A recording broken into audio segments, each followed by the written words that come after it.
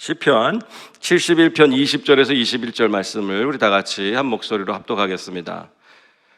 우리에게 여러 가지 심한 고난을 보이신 주께서 우리를 다시 살리시며 땅 깊은 곳에서 다시 끌어올리시리이다. 나를 더욱 창대하게 하시고 돌이키사 나를 위로하소서. 아멘. 하나님의 위로라는 제목으로 함께 은혜를 나누겠습니다. 베드로전서 4장 12절에 보면은 사랑하는 자들아, 너희를 연단하려고 오는 불시험을 이상한 일 당하는 것 같이 이상히 여기지 말고 오히려 너희가 그리스도의 고난에 참여하는 것으로 즐거워하라, 이런 말씀이 있습니다. 우리에게 극심한 고난이 가끔 닥칠 때가 있는데 성경에서는 그것을 불시험이라고 합니다. 불시험을 당할 때 너무 당황하고 이상한 것으로 여기지 말고 그것을 오히려 그리스도의 고난에 참여하는 것으로 승화시켜서 하나님께 영광을 돌리라, 이런 말씀입니다. 고난에는 세 종류의 고난이 있습니다. 이유를 알 수 없는 삼중 고난이 있어요. 어디서 와서 그냥 환경의 어려움 가운데, 저주 가운데, 끊임없는 재앙 가운데, 질병 가운데 노출돼서 무방비로 노출돼서 고난 가운데 허덕이다 살다가 그다음에 죽음으로, 우리가 감당하지 못하는 죽음으로 인생을 마감하는 질병과 환경과 죽음의 삼중 고난이 이 세상 가운데 도사리고 있습니다. 그냥 있어요. 어디서 왔는지 모르는데 끊임없이 우리 그 삼중 고난에 노출당해서 고통당하면서 살아가는 것이 이 세상의 모든 사람들이 겪는 삼중 고난입니다. 예수 믿고 구원받은 자들에게는 영혼이 잘됨 같이 범사가 잘되고 강건한 생명으로 우리를 구원해 주셨으니 이 삼중 고난으로부터 하나님이 우리를 건져 주신 거예요. 그래서 구원이란 말을 씁니다. 근데 우리에게도, 예수를 믿고 구원받은 자들에게도, 하나님의 자녀가 되었어도 우리에게 있는 고난이 있습니다. 그것을 연단의 고난이라고 합니다. 그것은 하나님께서 우리가 예수 믿고 우리의 행위가 아니고 우리의 행위적 업적이 아니고 오직 예수의 보혈의 은혜로, 그의 십자가의 공로로 우리가 의롭다 인정을 받았는데 천국 갈 때까지 우리의 의지로 세상과 구별된 그 십자가 보혈의 은혜로 받은 그 의로움을 삶 가운데 실천하고 지켜내지 못합니다. 그래서 하나님께서 우리를 도와주시는 거예요. 고난을 통해서. 우리에게 죄가 있단 말이에요. 우리의 죄를 우리의 힘으로, 의지로 끊어내지 못합니다. 그래서 하나님께서 우리를 연단시켜 주시는 거예요. 그 잠시내 육에 누렸던 탐심들, 쾌락들, 그 죄악들을 끊어낼 수 있도록 우리에게 주시는 잠깐의 어려움이 연단의 고난입니다. 그 연단의 고난은 모양은 비슷해 보일 수 있습니다. 가난, 잠깐 물질의 어려움이 있을 수도 있고 질병에 노출될 수도 있고 그런 삼중 고난과 비슷한 모양의 고난을 우리가 겪을 수는 있지만, 그러나 하나님께서 우리를 죽이도록, 우리가 끊임없이 넘어지고 죽임당하도록 허락하신 고난이 아니고 우리를 훈련시키고 연단시켜서 하나님의 말씀대로 살아갈 수 있도록 도와주시는 방편이 연단의 고난입니다. 세 번째 고난이 있는데 그것은 그리스도의 고난입니다. 그것은 내가 죄가 있어서, 문제가 있어서 훈련을 시키고 연단을 받아서 고난이 오는 것이 아니고, 고난을 받을 만한 이유가 없는데 오히려 내가 하나님의 뜻대로 살아가는데 나에게 고난이 오는 경우가 있습니다. 그래서 그 고난은 박해와 비슷한데, 하나님의 말씀대로 하나님의 뜻대로 살려고 노력하니까 오히려 우리에게 어려움이 찾아오는, 그것을 그리스도의 고난이라고 합니다. 우리가 이 땅 가운데 삼중 고난은 없어졌고, 이 땅을 살아가는데 끊임없이 질병과 가난과 어려움이 있는데, 그것을, 극심한 고난을 겪을 때 그것을 그리스도의 고난에 참여하는 것으로 승화시키라는 말씀입니다. 베드로전서 2장 19절 20절에 보면 부당하게 고난을 받아도 하나님을 생각함으로 이를 참으면 하나님 앞에 아름답다 그랬습니다. 그러나 죄가 있어 매를 맞고 참으면 무슨 칭찬이 있으리요. 하나님 앞에 선을 행함으로 고난을 받고 참으면 이는 하나님 앞에 아름답도다 그랬습니다. 부당하게 고난을 받아도 고난을 받을 만한 이유가 없어요. 그런데 오히려 선을 행함으로 고난을 받는데 그때 그것을 참아내면 하나님 앞에 아름답다 그러는 거예요. 참 역설이죠. 선을 행하는데 고난이 올 수 있다는 것입니다. 우리가 부당하게 죄가 있어 매를 맞고 참는, 끊임없이 예수를 믿고 구원받아 의인으로 하나님의 자녀로 살아가는데 끊임없이 천국 갈 때까지 내 죄 때문에 하나님께 매를 맞고 참아내는 그런 고난만 당한다고 하면 그냥 어린아이 신앙으로 머물고 있는 것이고, 신앙은 끊임없이 성장해져서 오히려 내가 고난을 받을 만한 이유가 없는데 다른 사람의 짐을 대신 지기 위해서, 하나님의 말씀에 순종하기 위해서, 내가 나누고 베풀기 위해서 나의 것을 희생할 때 찾아오는 그 고난들을 받아내라는 거예요. 그것은 하나님 앞에 아름답다는 거예요. 우리에게 고난의 유익이 있습니다. 고난의 영성이 있습니다. 기도를 많이 하는 자에게 영성이 있다고 그러기도 하고, 말씀을 많이 암송하고 말씀을 많이 묵상해서 말씀대로 말씀에 해박한 지식이 있는 것도 영성일 수 있고, 또 특별한 은사를 가지고 있어서 남들과 다른 신앙의 훈련을, 신앙의 유익을 누리고 있는 분도 그것도 영성이 있는 분입니다. 그러나 고난을 통과하면서 자신의 힘으로 끊지 못하는 육의 탐심들과 탐욕과 죄악들을 끊어내는 그것도 고난의, 그것도 영성입니다. 저는 무슨 수도원의 영성을 좋아하질 않아요. 그렇지만 중세 시대에 사람들이, 그 수도사들이 수도원에 들어가서 절제하고 금욕하고 수행을 하면서 오히려 그 안에서 영적인 기쁨과 유익을 도모한다 라고 하는 것이, 그것이 무슨 정말 가능한가? 근데 그것도 유익이 있었기 때문에 한때 수도원의 영성이라는 것이 우리 중세시대에 있지 않았을까 생각해 봅니다. 우리의 몸을, 우리의 육은요, 우리에게는 영과 육과 혼이 있죠. 근데 그 육을 두 부류로 나눌 수 있습니다. 사르크스라고 하는 몸이 있고, 소마라고 하는 그 사르크스라고 하는 육체가 있고, 소마라고 하는 몸이 있습니다. 우리의 영을 끊임없이 대적하는 것은 우리의 몸이 아니고 육입니다. 성경에서 우리가 거스르고 싸워서 이기라고 하는 것은 우리의 육입니다. 육.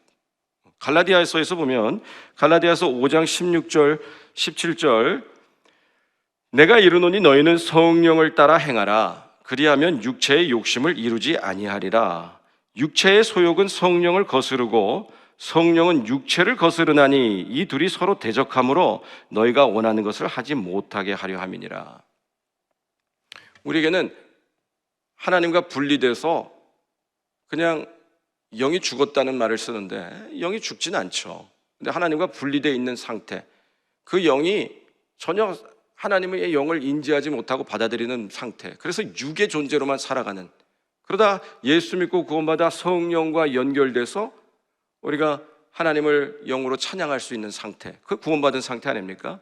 근데 그 구원받은 자가 끊임없이 우리의 구원을 방해하고 우리의 감격을 뺏어가고 오히려 하나님 성령의 일을 방해하고 하나님의 말씀대로 살아가는 것을 방해하는, 그래서 성령의 그 일들을 거스르는 그 존재가 있는데 그것이 바로 우리의 육이라는 거예요. 육. 그래서 육을 거스르라, 육을 대적하라. 육체가 하는 일은, 육이 하는 것은 무엇이니 음행과 더러움과 호색과 우상숭배와 주술과 원수 맺는 것과 분쟁과 시기와 분냄과 당짓는 것과 분열함과 이단과 투기와 술취함과 방탕함, 이런 것들이라는 것을, 이런 것들을 경계하고 오히려 성령의 열매를 맺으라. 사랑과 희락과 화평과 오래 참음과 자비 양선 충성 온유 절제, 성령의 열매를 맺으라 그랬습니다. 그러니까 우리가 의도적으로 우리의 육을 다스릴 필요가 있죠. 근데 그것이 우리 뜻대로 잘 되질 않습니다. 사도행전 16장에 보면은 바울과 실라가 최초의 유럽 땅 에게를 건너서 마게도니아 땅에서, 그들은 원래 그 소아시아 지방에서만 복음을 전할 계획이었지 그 복음을 유럽 땅으로 들고 갈 생각을 하지 못하고 있었습니다. 그런데 꿈속에서 마게도니아 사람이 나타나서 손짓을 하며 이곳으로 건너와 달라고 부탁을 한 것을 보고 그가 이것이 성령의 인도하심이라고 생각하고 에게를 건너서 최초의 유럽 땅에 발을 디딘 곳이 그 마게도니아 빌립보라고 하는 곳입니다. 빌립보에서 그가 기도할 곳을 찾아 나가다가 그 자색 옷감 장사 루디아를 만나서 그에게 복음을 전하고 그 가족이 구원을 받고, 그래서 최초의 빌립보에 한 교회, 하나님의 교회가 세워집니다. 그것이 빌립보 교회의 시작이에요.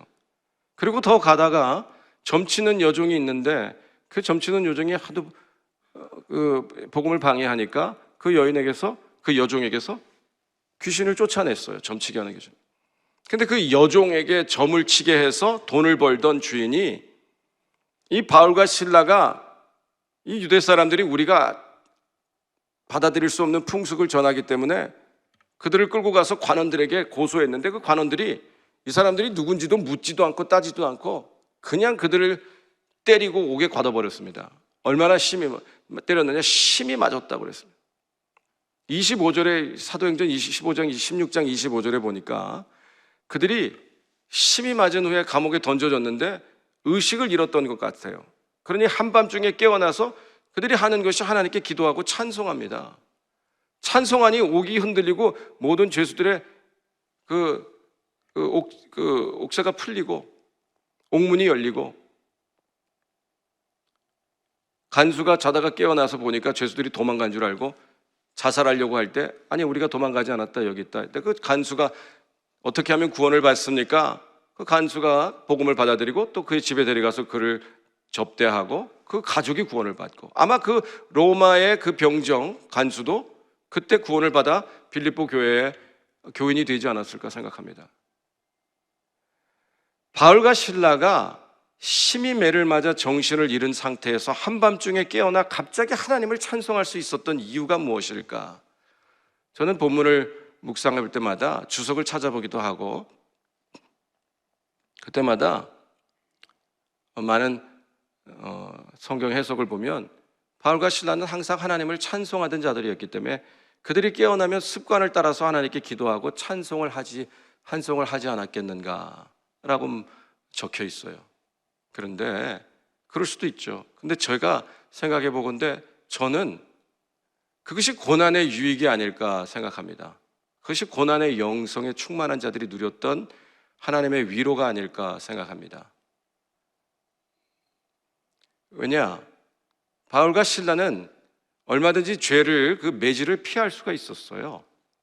그 다음날 그들을 놓아줬습니다. 관원이 다시 돌아와서 너희들 이제 나가라, 옥에서 풀어줄 때 그때 바울이 입을 열고 말하는 것이, 너희가 로마 사람을 어떤 합법한 법적 절차도 거치지 않고 우리를 때렸는데 이것이 타당하냐? 라고 반문을 할 때 그때 그 관원들이 놀랍니다. 당신들이 로마 사람이었느냐? 그리고 사과를 하고 그들을 빨리 나가라고 권면을 합니다. 그러면 바울과 실라는 얼마든지 그 전날 매를 맞기 전에 자신들이 로마 시민임을 입증하고 그 매질을 피할 수 있었어요. 옥에 갇히는 것을 피할 수 있었어요. 그럼에도 불구하고 그가 온몸으로 심한 매질을 감당하고 옥에 갇혀서 하룻밤을 고통을 당하는 것을 자청한 겁니다. 자청한 이유는 우리가 그 다음 구절에서 알 수 있어요. 사도행전 16장 40절에 보면 두 사람이 옥에서 나와 루디아 집에 들어가서 형제들을 만나보고 위로하고 가니라 그랬습니다.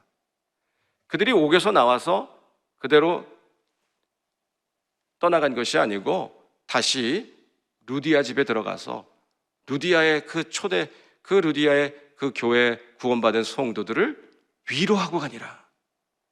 여기서 위로하다는 단어를 파라클레오라고 하는 단어를 encourage라고 번역을 했어요. 격려하다. 바울은요, 처음부터 그들이 부당한 고소를 당하고 합법적인 소송 절차를 거치지 않고 매를 맞을 때 유념해 둔 것이 무엇이었냐? 내가 이 빌립보 교회를 굳건히 세우기 위해서 고난을 자청한 것이죠. 그래서 그가 세워놓은 이 교회에 그 빌립보 관원들이 함부로 건들지 못하게끔, 뭔가 자신들이 실수를 했기 때문에 그 바울들의 일행들을 건들지 못하게끔 의도한 것이 아닌가, 저는 그 나름대로 해석을 해봅니다. 이것이요, 하나님 앞에 부당하게 고난을 받아도 선한 일을 행해도 선한 일을 행함으로 고난을 받고 참는 자는 하나님 앞에 아름다우니라 그랬는데, 그 하나님 앞에 당당하게 하나님의 뜻을 행하고 그리고 그 후에 찾아오는 선한 것을 참아낸 자가 누리는 하나님의 위로가 아니었을까, 저는 그렇게 생각을 해봅니다. 고난 중에, 아주 극심한 고난 중에 있을 때가 있어요. 막 고난의 한 가운데를 통과할 때는요, 막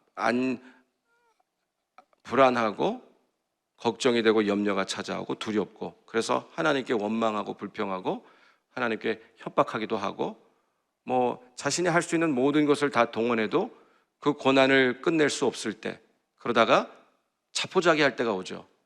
이제 포기할 때, 이제 끝장났구나, 이제 죽었구나.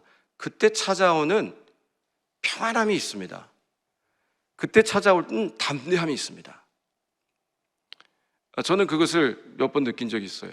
그때 모든 것을 내어놓고 이제 마음대로 죽이든지 살리든지 마음대로 하십시오. 그리고 이제 더 이상 내가 할 수 있는 것이 아무것도 없을 때 찾아오는 그 평안함, 그 고요함과 그 담대함, 그리고 그때 찾아오는 하나님을 향한 찬송이 있습니다. 아마 저는 바울과 실라가 그 영성, 바울의 영성에 비할 바가 못 되지만, 아마 하나님의 대의를 이루기 위해서 걸어가는 고난을 자청한 그 바울과 실라가 누렸던 그 영혼의 평안함, 그 찬송이 바로 이러한 것이 아니었을까 생각해 봅니다. 오늘 본문 말씀에 시편 71편은요 표제가 없는 시편입니다. 그래서 누가 기록했는지 알 수 없어요. 70편에서 다윗이 기록한 시편이고 71편은 표제가 없이 그 문체가 그대로 비슷하게 이어지기 때문에 70편과 동일하게 다윗이 저자고, 그리고 다윗의 말년에, 노년에 그가 압살롬의 반역으로 인해서 심한 고통을 당할 때 기록한 시편이 아닐까 우리가 추정을 합니다. 근데 그건 추정일 뿐이고, 어떠한 내용으로 어떤 극심한 고통을 겪고 있는지 알 수가 없어요. 그러나 분명히 저자는 극심한 고난을 겪고 있습니다. 하나님, 나를 떠나지 마시고 나를 버리지 마시고, 나를 지금 핍박하고 나에게 고난을 가져다 주는 원수 대적들이 나로 하여금 웃지 못하게 하시옵소서. 그들을 심판하여 주시옵소서. 그리고 나서 오늘 고백하는 내용이, 하나님께서 나에게 이러한 심한 고난을 보이셨는데 하나님, 나를 다시 살려주시고 나를 이 깊은 곳에서 수렁에서 끌어올려 주시고 나를 창대하게 하시고 돌이키셔서 나를 위로하소서. 삼중 고난에는 위로가 없습니다. 어디서 와서 왜 살며 어디로 가는지를 알지 못하는 인생에는요, 끊임없이 고난의 연속이고 고난의 반복의 삶을 살다가 그냥 꺼져가는 것이 인생이에요.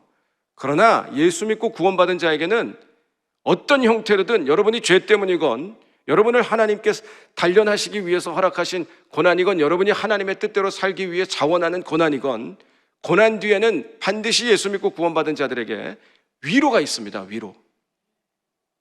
그 위로가요, 슬픈 자를 기쁘게 하는 것, 달래주는 것이 위로고, 우리 국어에서는 위로인데 성경에서 위로는 그렇지가 않아요.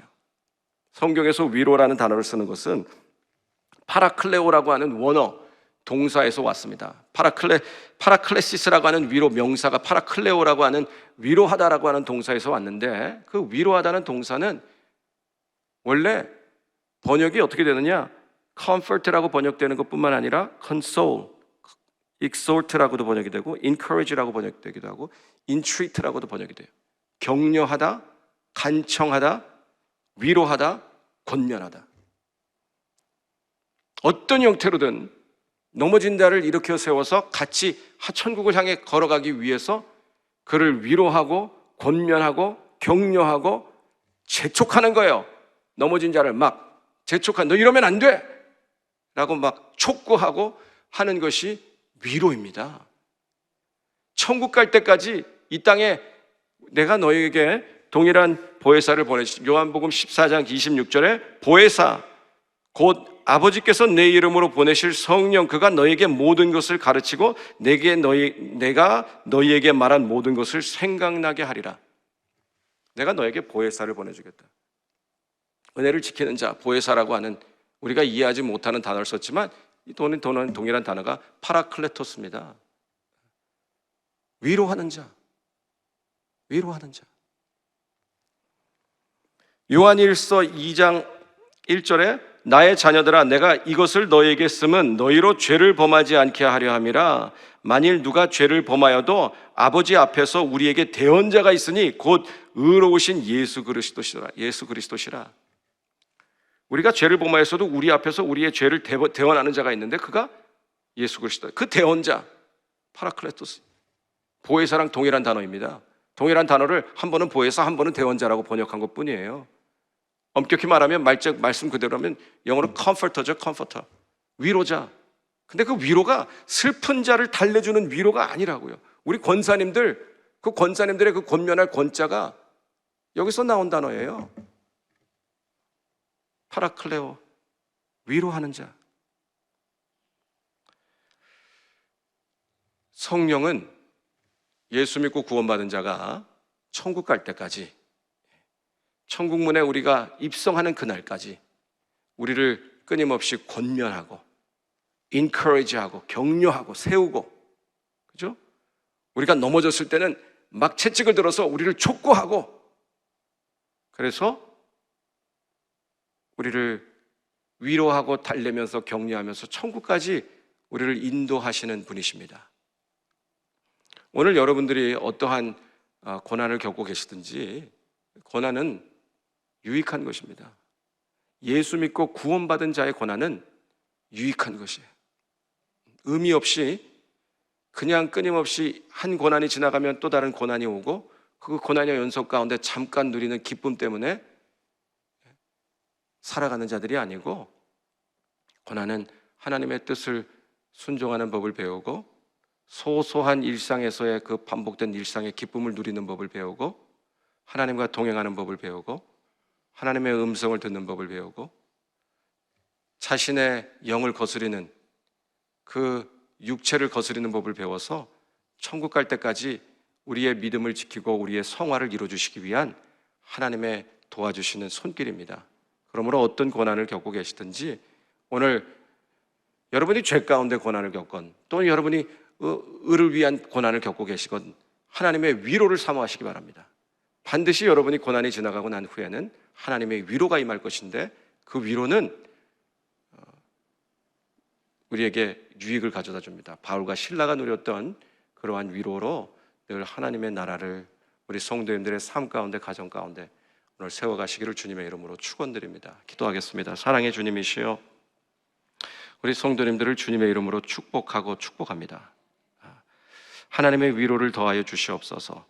우리가 예수 믿고 구원받아서 하나님의 자녀로, 의인으로 살아갑니다. 그 전에는 먹고 마시는 것만을 위해서 살아갔습니다.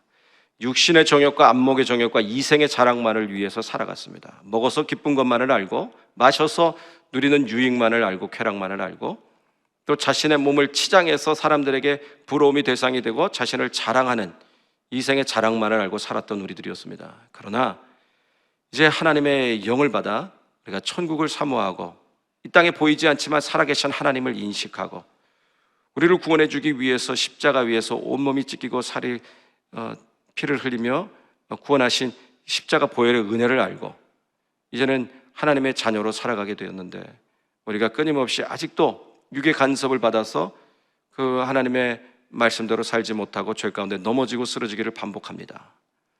그래서 하나님께서 우리를 일으켜 세우시고 다시 하나님의 자녀답게 세상과 구별된, 쾌락이 아니고 진정한 기쁨을 누리며 살아가게 하기 위해서 하나님이 도와주시는 방편으로 우리에게 고난을 허락하실 때가 있는데, 우리를 죽이기 위해서 감당치 못할 시험당함을 허락치 아니하시고 또한 시험당할 쯤에 피할 길을 내서 우리로 능히 감당케 하시는 하나님께서 그 고난이 지나간 후에는 반드시 우리가 먹고 마시는 기쁨이 아니고 하나님이 부어주시는 천국의 기쁨, 그 위로를 부어주시는 것을 우리가 믿습니다.